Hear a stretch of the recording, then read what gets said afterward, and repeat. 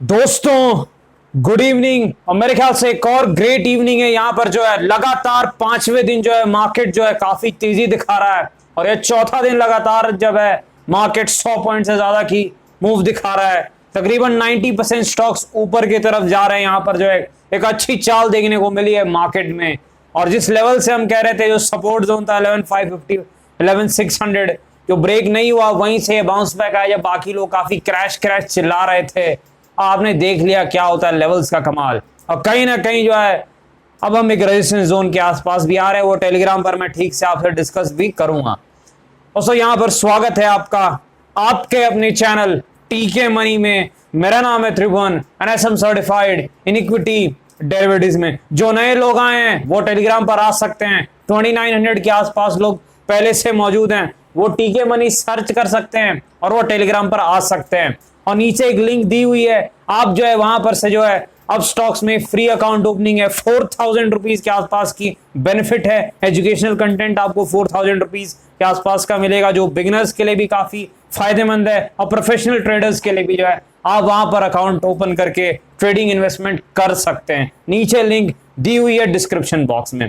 दोस्तों यहाँ पर जो है चर्चा की शुरुआत करते हैं। पहली चर्चा किसके ऊपर? रिलायंस इंडस्ट्रीज के ऊपर। एक हफ्ते पहले नहीं, मेरे ख्याल से 5 दिन पहले मंडे को जब गिरावट हो रही थी, पैनिक था और कुछ लोगों ने क्या टारगेट दिए थे? 1200। ये वही लोग हैं जो 2300 पर आपको 5,000 के टारगेट दे रहे थे, याद होगा आपको। मैं कह रहा था ऊपर में जो है रुकना है, लेना नहीं है। मैंने प्रॉफिट भी बुक की थी 2200 के आसपास, 2200 के आसपास। और फिर जब ये गिरा तो 1900 के आसपास टेलीग्राम पर मैंने आपको अपडेट भी किया, कहीं ना कहीं मैं बाइंग कर रहा हूं। वहां पर हमने जो है बाइंग भी की और आपने देखा कमाल उसका। एक अच्छी चाल देखने को मिली है, एक अच्छी मूव देखने को मिली यहाँ पर जो है रिलायंस इंडस्ट्रीज के स्टॉक में। और यहाँ पर कहीं ना कहीं हम जो है 2000 से लेकर के 2060 एक रेजिस्टेंस जोन भी है। तो यहाँ पर 50% प्रॉफिट बुकिंग के विचार में भी हैं हम कहीं ना कहीं जो है। टेलीग्राम पर वैसे मैंने अपडेट कर लिया है, बाकी आपको जैसा ठीक लगे आप कर सकते हैं। ये एक रेजिस्टेंस जोन है, अगर ये निकल जाए तब तो फिर से जो है बुल मार्केट फिर से रिलायंस का स्टार्ट हो जाएगा। अगर नहीं निकलेगा तो संभावना है कि फिर से 1850 1900 आ सकता है। इसलिए 50% प्रॉफिट बुक करके हमने जो थोड़ी सेफ्टी के साथ जो है काम करने के बारे में चर्चा की है। बाकी जो आपको ठीक लगे, रिलायंस एक अच्छी कंपनी है, लॉन्ग टर्म में कोर पोर्टफोलियो का स्टॉक है।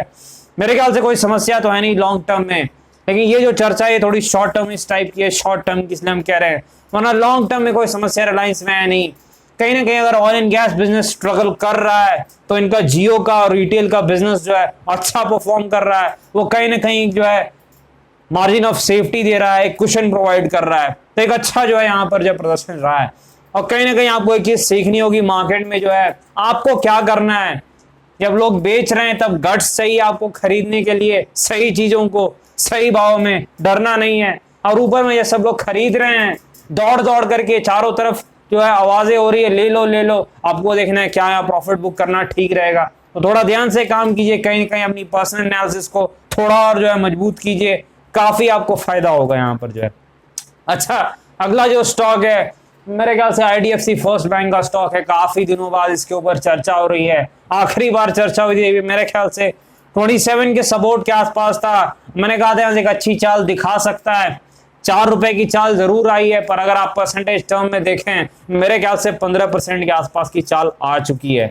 देखिए कहीं ना कहीं एक अच्छा स्टॉक है लॉन्ग टर्म में, ये भी लोग अपने पोर्टफोलियो में रखते हैं अपने।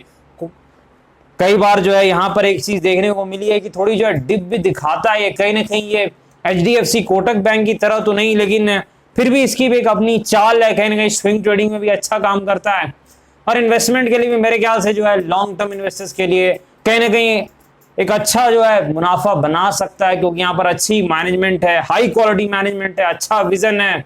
कहीं ना कहीं ये बैंक को थोड़े रिटेल क्षेत्र में जो रिटेल लोन है वहां पर जो है डाइवर्सिफाई कर रहे हैं खुद को। तो मेरे ख्याल से एक अच्छा जो है यहाँ पर जो है प्रदर्शन इनका आगे भी रहने वाला है, इसमें कोई शक नहीं है। तो ये जो आईडीएफसी फर्स्ट बैंक है कहीं ना कहीं इन्वेस्टर्स के रडार में रहती है। प्राइस टू बुक वैल्यू अगर आप देखें फंडामेंटल एनालिसिस, तो मेरे ख्याल से 1 times price to book value से थोड़ा ऊपर है, यानी वहीं आसपास है। और पी रेशियो थोड़ा निकालना मुश्किल रहेगा इस वक्त, थोड़ा जो है कुछ बैंकों के पी रेशियो निकालना कठिन है, क्योंकि अर्निंग्स थोड़े जो है फ्लक्चुएट कर रहे हैं। पर मेरे ख्याल से उस पैमाने पर भी ज्यादा महंगा नहीं होगा, कहीं ना कहीं एक ठीक स्टॉक है। चलिए टेक्निकल चार्ट पर जाकर के चीजों को देख लेते हैं, समझ लेते हैं कि क्या कैसे हो रहा है। अच्छा, सपोर्ट जोन जो यहाँ पर दिख रहा है, अगर मैं थोड़ा 6 मंथ का चार्ट लगा दूं, मेरे ख्याल से 27 या 27 के आसपास जो हमने डिस्कस किया वही सपोर्ट है। रेजिस्टेंस कहां पर है? 32 के आसपास रेजिस्टेंस है। जैसे ही रेजिस्टेंस निकलेगा एक अच्छी चाल आपको 34-35 तक दिख सकती है, जैसे कि आपको आईसीआईसीआई बैंक में दिखा। मैंने क्या कहा था, 420 निकलते ही रॉकेट बन सकता है, 20-25 रुपए की मूव तुरंत आ गई थी। उस प्रकार की मूव आ सकती है आईडीएफसी फर्स्ट बैंक अगर ये टेक्निकल लेवल्स निकल जाए और सस्टेन होने लगे। यहाँ पर अब लेवल्स पर कैसे काम करना है हम टेलीग्राम पर डिस्कस करते हैं, यहाँ पर सारी चीजें डिस्कस नहीं हो सकती, आपको पता है। अच्छा, इंडसइंड बैंक देखिए, इंडसइंड बैंक जो है कहीं ना कहीं आपको पता है मेरे भी जो है पोर्टफोलियो में कहीं ना कहीं है। अच्छा, यहाँ पर काफी सवाल इंडसइंड बैंक के ऊपर आ रहे हैं। देखिए, कई जब स्टॉक काफी तेज भाग जाते हैं मैं देखता हूँ, तब कई बार आप लोगों के सवाल कुछ ज्यादा आते हैं इस चीज पर। एक चीज आपको ध्यान देना है, मैंने कहा था 550 के आसपास इंडसइंड बैंक काफी अट्रैक्टिव है, अच्छे रिजल्ट्स आए, रॉकेट बन गया।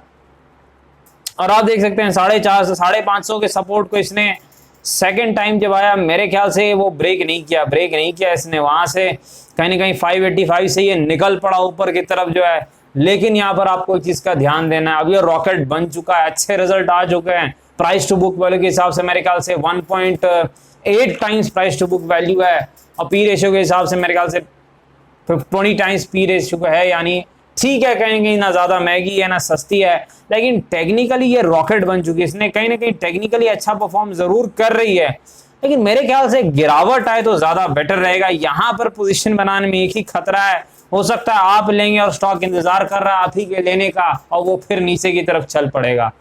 कई बार रॉकेट स्टॉक्स में ऐसा ही होता है, जब स्टॉक्स रॉकेट बन जाते हैं तब अगर आप दौड़ के लेने जाएं तो आप फंस सकते हैं, और कई बार लोग फंसे भी हैं। चीज याद रखिएगा, स्टॉक अच्छा है, कहीं ना कहीं लॉन्ग टर्म में कोई दिक्कत तो है नहीं, अच्छी कंपनी है, कोर पोर्टफोलियो का स्टॉक ये भी है, लेकिन थोड़ा वोलेटाइल हो गया। पहले तो ये भी जो इंडसइंड बैंक जो है कोटक और एचडीएफसी के लीग में था, लेकिन थोड़ा जो है परफॉर्मेंस इसकी डाउन रही पिछले मेरे ख्याल से 6 से 12 महीने में, और कहीं ना कहीं ये नीचे की तरफ आया है।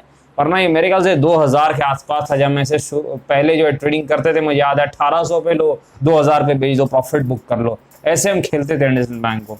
पर कहीं ना कहीं वो खेल खत्म हो गया है। अच्छा, आलोक इंडस्ट्री का स्टॉक है, मेरे ख्याल से एक डाउन मूव इसने दिखाई है, एक नीचे की जो है मूव दिखाई है। कई लोग कह रहे थे कि क्या सीधे जो है सर्किट लगती जाएगा, मैंने क्या कहा, एक दायरा जो है 18 से 26-28 के बीच का वही दायरे में रहेगा, क्योंकि टेक्निकली 18 के आसपास सपोर्ट जोन है, 26-28 के आसपास रेजिस्टेंस जोन है।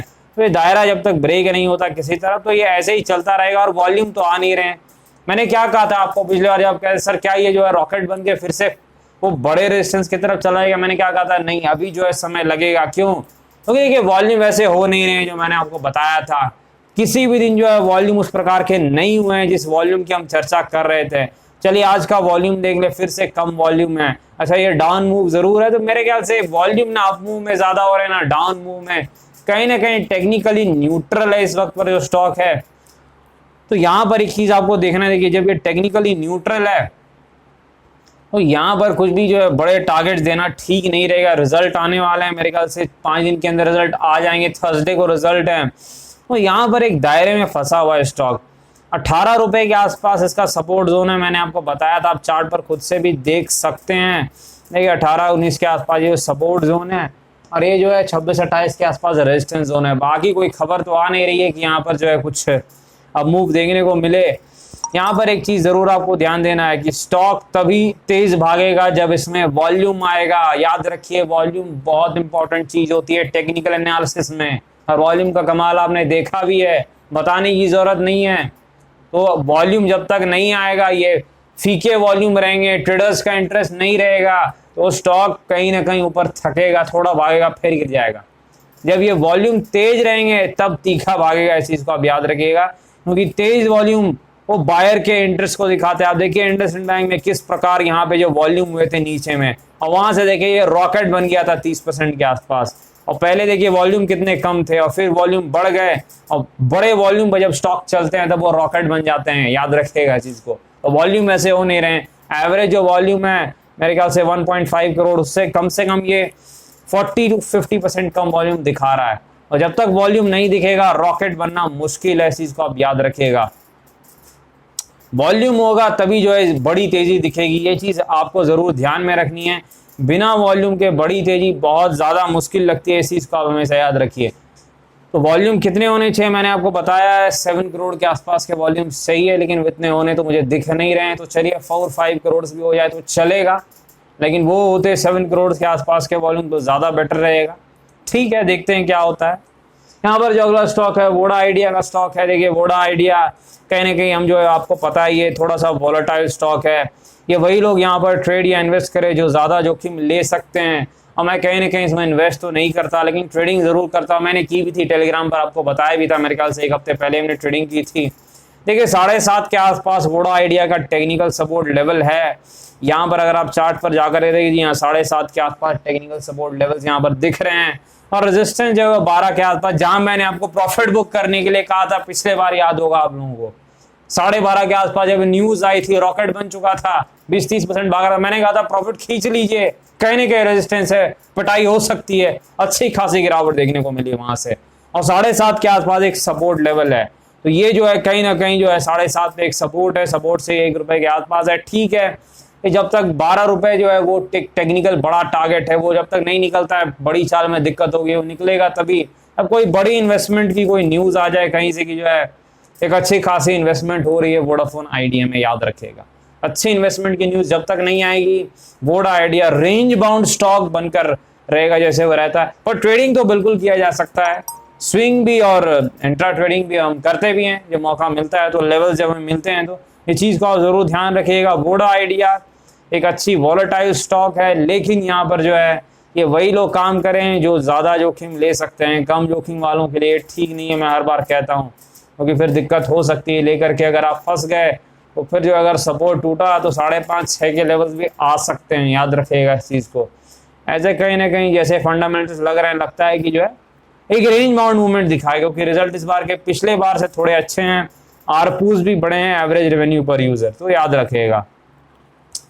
अच्छा, यस बैंक का जो स्टॉक है, यस बैंक का जो स्टॉक है बिल्कुल कुछ नहीं कर रहा है। आप एनालिसिस करने के लिए कहते हैं, शामिल करने के लिए कहते हैं इसे हमेशा, अरे कुछ कर तो रहा नहीं है, बिल्कुल भी कुछ नहीं कर रहा है, एक दायरे में फंसा हुआ है। तो 11-12 का सपोर्ट है, अब 16-18 का रेजिस्टेंस तो बहुत दूर दिख रहा है दोस्तों, तो छोटा रेजिस्टेंस देखना पड़ेगा, 14 के आसपास छोटा रेजिस्टेंस, यानी 11-12 से लेके 14 के रुपए का जो रेंज है, 11-12 is a support and 14 around is a resistance, यही दायरे में फंसा हुआ है। जिस प्रकार के इसके लक्षण हैं, कहीं ये सपोर्ट तोड़ ना दे, ये भी जो है हमें देखना होगा। अगर 11-12 का सपोर्ट नहीं ब्रेक होता है तो फिर आपको 14+ टारगेट दिख सकते हैं, पर ये अगर, अच्छा डिस्क्लेमर, मेरे भी जो है पोर्टफोलियो में है, लेकिन यहाँ पर अगर ये ब्रेक होता है तो फिर आपको लेवल्स देखने को मिल सकते हैं, 9 रुपए तक के भी लेवल्स देखने को मिल सकते हैं, इस चीज को आप याद रखिएगा। तो दायरे में फंसा हुआ स्टॉक है, फंडामेंटल्स तो ठीक हो रहे हैं यस बैंक के, लेकिन कहीं ना कहीं जो है समय तो लगेगा बैंक को रिकवर करने में पूरी तरीके से। इतना जबरदस्त जो है दिक्कत हुई थी मार्च के आसपास, आपको पता ही है, 6 से 9 महीने और लगेंगे। लॉन्ग टर्म में अच्छा स्टॉक है, इस भाव पर बुरा नहीं है, पर मैं शॉर्ट टर्म की बात कर रहा हूँ, और शॉर्ट टर्म में टेक्निकल सपोर्ट के आसपास बार बार आ रहा है, बस हमें देखना है कहीं से तोड़ ना दे, वरना दिक्कत हो सकती है। ट्रेडिंग तो मुश्किल होगी क्योंकि ये भी सर्किट स्टॉक बना हुआ है, तो फिर दिक्कत तो होगी, लेकिन सपोर्ट लेवल्स के करीब आ रहा है। अब देखना है बाउंस बैक आता है या नहीं, बाकी डीप एनालिसिस मैं करूंगा बाद में, फिर देखते हैं क्या होता है। ठीक है, तो आपको पता है कि ये वीडियो एजुकेशनल इन्फॉर्मेशन पर्पस के लिए, कृपया अपने वित्तीय सरकार संपर्क को भी फैसले बाजार में अनेक प्रकार के जोखिम है। धन्यवाद।